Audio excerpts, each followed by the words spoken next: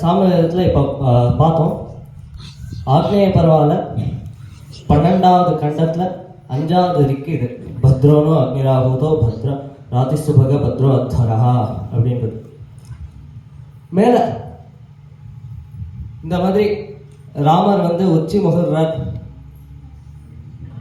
அப்படியே இந்த ராவண சபை மேலே விஷயம் கிளம்புறது. ராமர் சொல்கிறார், இந்த மாதிரி நான் எப்படி லக்ஷ்மணன் இந்திரஜித்தை அழிச்சது சத்தியமோ அதே மாதிரி நான் ராவணனை அழிக்க போகிறேன் அப்படின்ட்டு கர்ஜனை பண்ணுற. அந்த கர்ஜனை ராவண சபைக்கு போகிறது. ராவணன் ஒரு நிமிஷம் ஆடி போயிடுறான் அந்த விஷயத்தை கேட்டு. இந்திரஜித் வதம் ஆயிட்டான் அப்படின்ற கேட்டுட்டு பயந்து போயிடுறான். போன உடனே அவன் ஒரு க்ஷணத்தில் மூர்ச்சியாகி விழுந்துடுறான். மேலே சுதாரிச்சுக்கிறான் அவனே.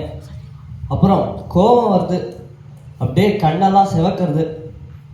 சொல்கிறான், அத்திய வைவஸ்வதோ ராஜா பூயோ பகுமதோ மம அப்படின்னு சொல்கிறான்.